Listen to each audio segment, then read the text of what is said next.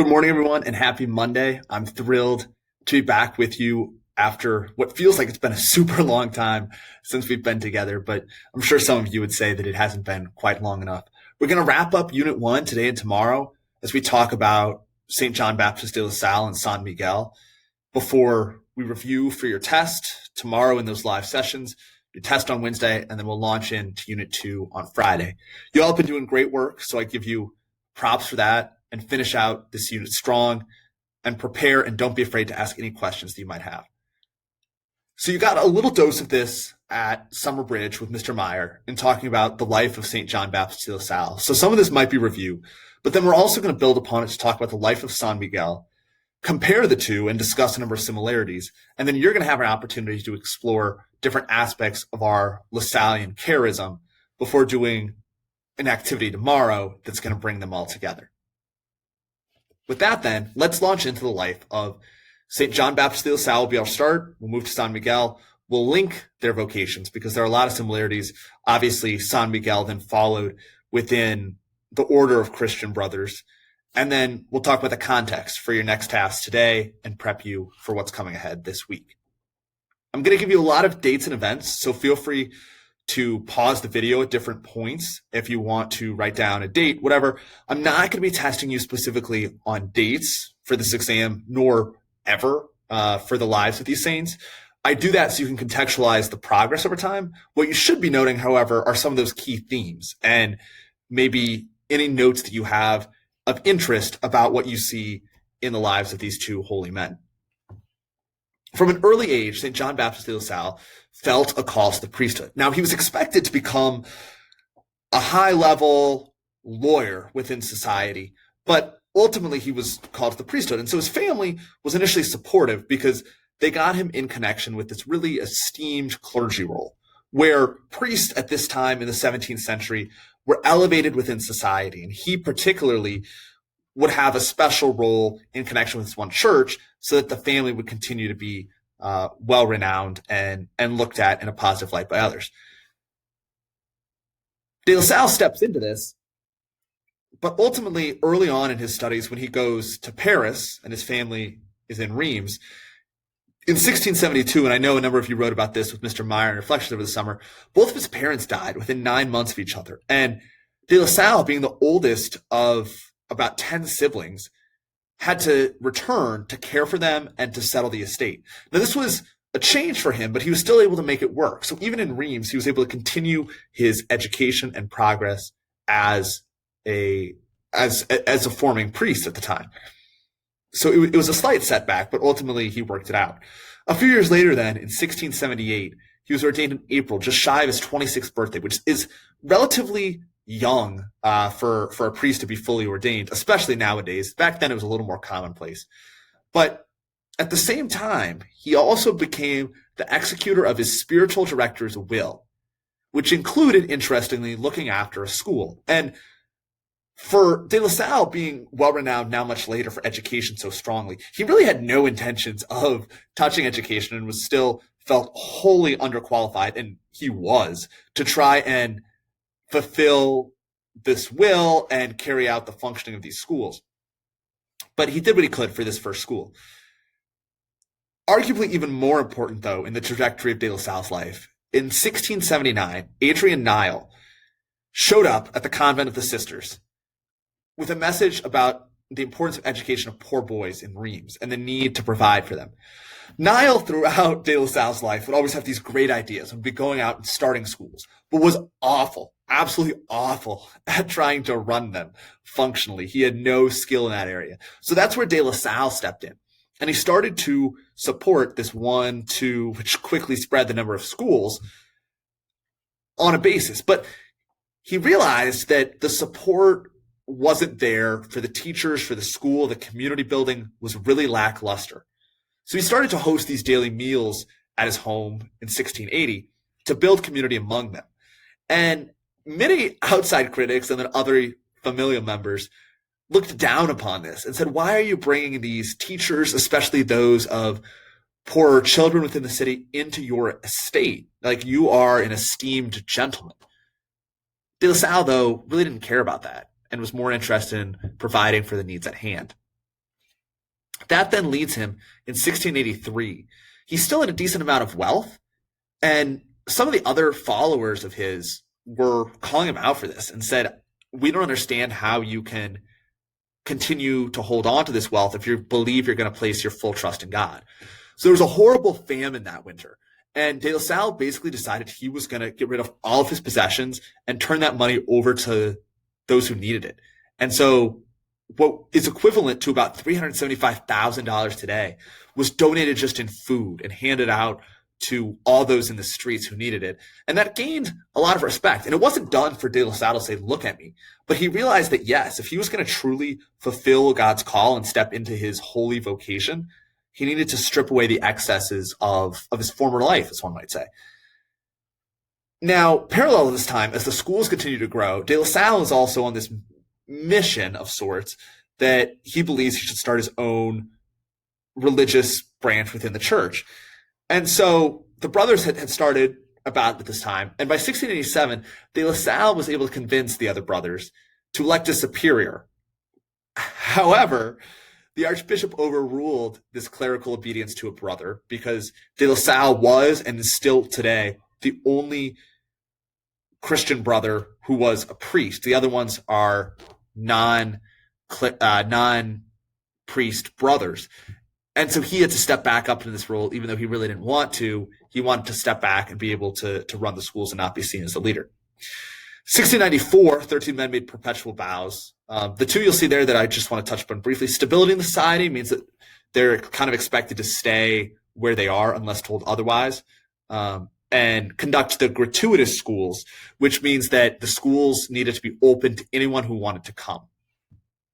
Don't worry so much about this as much, but it's important to note that in 1712, De La Salle got roped into this legal controversy where basically he was accused of contributing to the delinquency of minors and influencing society in a bad way. And this is also near the end of De La Salle's life relatively, but this gained a lot of attention in society, ultimately many people siding with De La Salle's mission. In 1717, then finally, someone was chosen as superior, Brother Bartholome, to succeed De La Salle, and De La Salle would ultimately pass away later that year. Again, high-level overview of his life.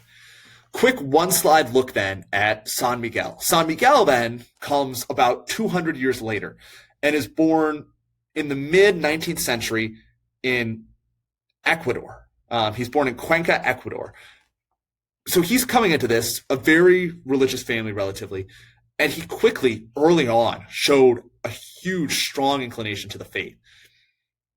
And while he was strong in the faith, he was physically crippled as a child and had a number of limitations. He didn't walk for a number of years. But there was this pivotal moment in his young life where in 1859, at age 4, he was with his aunt. And he had a vision of the Blessed Virgin Mary and actually took his first steps walking towards her. And his aunt was asking young Francisco, he only took on the name Miguel much later on, what was happening. And he talked so beautifully about this woman being clothed in white and these flowers and her beautiful words to him to come to her. And so that influenced him throughout the rest of his life to be very, very appreciative to, connected to, and reverent towards the Virgin Mary. In 64 then, at the young age of 9 going on 10, he began education at the Brothers' School out of his house, where he was noted for intelligence, religious spirit, and generosity towards others. One story that I briefly want to talk here, and we'll talk about stories of these two amazing men over the course of the year. He was well respected and was sometimes left in charge of the class, like to tell back to the teacher how things went and report. And there was this kid who kind of had it out for young Francisco and wasn't happy with the way he was held in high esteem. So he made up a false claim against Francisco that got him in trouble. And Francisco then, as the class monitor, had an opportunity then when all the kids essentially were misbehaving, and the teacher asked him who was causing trouble. And Francisco said every person except his former false accuser. And when asked later on why he didn't lump this kid in with the rest of them because he was misbehaving, Francisco said that he didn't want to make it seem like he was getting back at him. And that speaks to his profound humility and the lack of need for attention upon himself. And so Miguel then took his perpetual vows in 1882 to fully enter the brothers, and we've talked about those special two vows of that the brothers take. Now, there was a lot of political turmoil, and we won't get into this, in Ecuador over time, where one president was very, very appreciative of the brothers' work and had a special connection with San Miguel. But the turmoil came to a head near the very, very end of the 19th century. And ultimately, like, the government pulled financial support for all of the brothers' schools. And so that forced a number of them to close. Many brothers who had come from Europe to Ecuador left. San Miguel was one of the first early native Ecuadorians who were a part of the Christian Brothers. And so that caused a lot of strife and changed things up for the brothers in Ecuador. And then in 1907, he was called to Europe, and he had this complete willingness to go, even though all the brothers of Ecuador really saw him as a living saint and didn't want him to go. And in many ways, he didn't want to go either, but he trusted in God's call and purpose for him. And so he went and made the best of those few years, but ultimately he never returned to Ecuador and passed away in 1910. So I know I'm rambling a little bit long, and so I'm going to try to condense this part. There are so many similar themes between the two. They were both such strong teachers and administrators who cared so deeply about the students. San Miguel in particular talks about just being enlivened with doing catechesis with young folks and trying to continually perfect and improve his work. Now, De La Salle was a little bit more on the administrative end, but he still cared so deeply about the importance of education for all students, but especially those at the margins of society. Both of them, though to a vow of stability, remained open and trusted that God would lead them where they needed to go. Throughout life, even at an early age, that they would be led into their vocation for life, and then as time went, to be called to a certain way. Late in his life, De La Salle felt like he needed to just pull back and shouldn't go and be really actively involved in a number of the schools. But finally, a few years before he passed away, in maybe 1814 or so, they said, "We really need you." And so he went back and helped out with them and was more hands-on in that sense. And there's familial turmoil for both of them. De La Salle had not only his parents die at a young age and have to take over for the family, but then there was a back and forth with some of his siblings that caused problems. And San Miguel had a big split from his father for a number of years because his father basically said, "Hey, come home from your training to be a Christian brother." And he and the other brothers at the seminary basically said, "No, we need you in training." And so his father stopped talking to him, and ultimately they reconciled. But it was a huge kind of splitting point. And then we talked about the care for the marginalized. There's humility in all things. Both of these men were so unassuming. For De La Salle, it was a gradual approach there to give away his possessions, to step back from the schools, to emphasize their works and less about himself. For San Miguel, it seemed to have come very naturally. He was more of a quiet, unassuming fellow who did his work with great reverence, attention to detail, and care, but didn't want to make it about himself in any way. And they were both prolific writers. De La Salle wrote, as we'll see in the next part of your assignment today, that De La Salle would write to so many brothers across the way to offer them support or advice.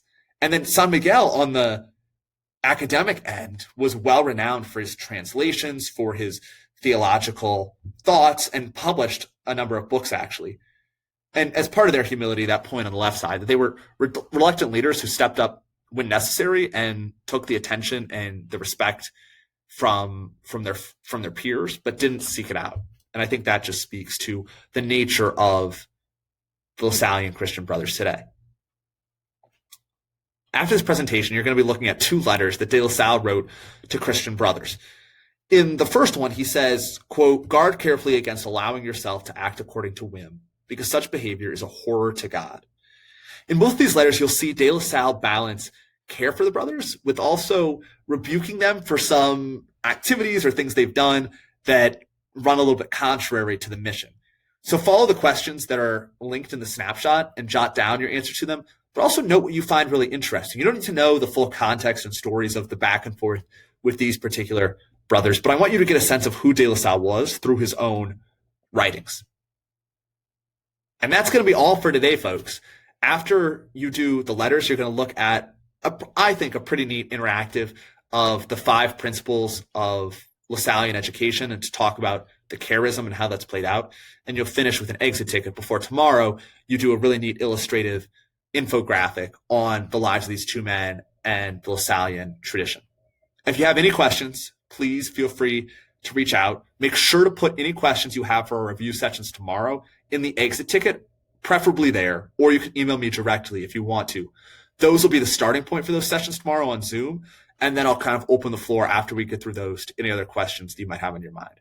Thanks for sticking it out. Hopefully you found things intriguing. I'm going to pop the link so you can go through the PowerPoint presentation again if you don't want to have me narrate it over the top. Have a marvelous Monday.